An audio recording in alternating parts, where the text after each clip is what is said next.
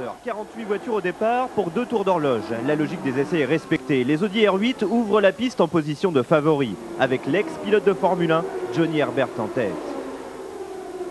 1h20 de course, retour au stand inopiné de Sébastien Bourdet. Les mécaniciens s'affairent autour de la Pescarolo Judd. Un quart d'heure de perdu pour le possible trouble fête de ces 24 heures. On a un fil de bobine qui coupe tout seul à l'arrière sur un cylindre et on perd un cylindre, donc on perd 10 minutes. Ça fait vraiment... on est marre.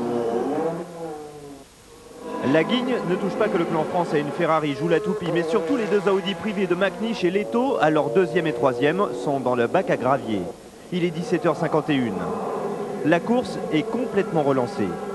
L'écurie de la marque aux anneaux a du boulot. Les deux voitures sont sévèrement endommagées. Il me semble qu'il y avait de l'huile sur la piste. Une voiture a dû casser son moteur. Nous étions juste derrière lui. Alan est parti à la faute, moi aussi, au même instant. On s'est fait piéger à 280 km/h. C'est un coup du sort. À 22 h, Gigi Leto remonte étonnamment à la 9e place. En tête, deux autres Audi assurent des tours à 215 km/h de moyenne.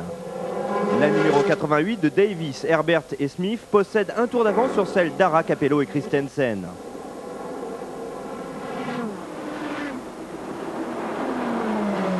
En catégorie GTS, la Corvette C5R et son mélodieux V8 de 620 chevaux piloté par Gavin, Beretta et Magnussen est à une incroyable 5e place au général de la Ferrari 550 de Cox, Enge et Meunier.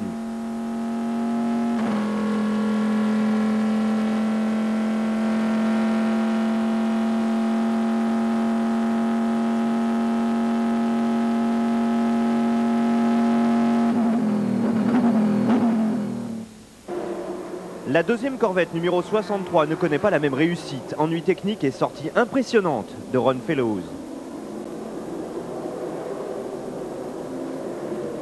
Dans la foulée, sous le drapeau jaune, apparemment, Paul Belmondo se fait percuter avec sa courage et abandonne, dépité. Il y avait la Corvette qui est sortie, il y avait plein de fumée, j'ai ralenti, le mec il m'a shooté à 300, je suis parti à 300.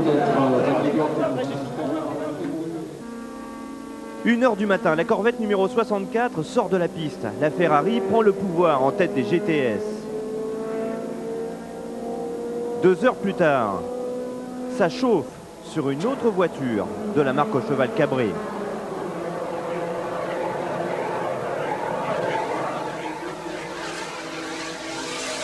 Au petit matin, la Pescarolo Judd numéro 18 joue des coudes avec l'infortuné Martin Short.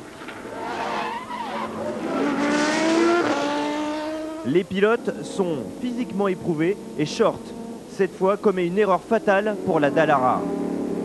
L'Anglais est contraint à l'abandon, dommage, il était 4e. Emmanuel Pirot s'en sort mieux avec l'Audi numéro 2, frayeur, sans réelle conséquence à la 4e place du général.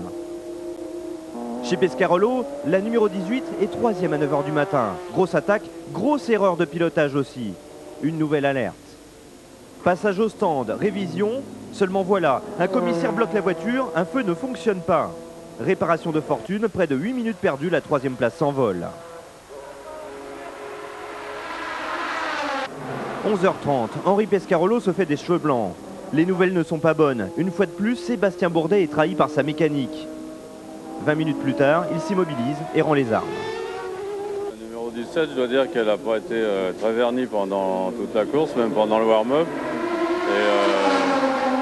Là, on ne sait pas trop ce qui se passe, mais enfin, il y a un bruit inquiétant dans le moteur, donc j'ai demandé à Sébastien de s'arrêter plutôt que de tout exploser.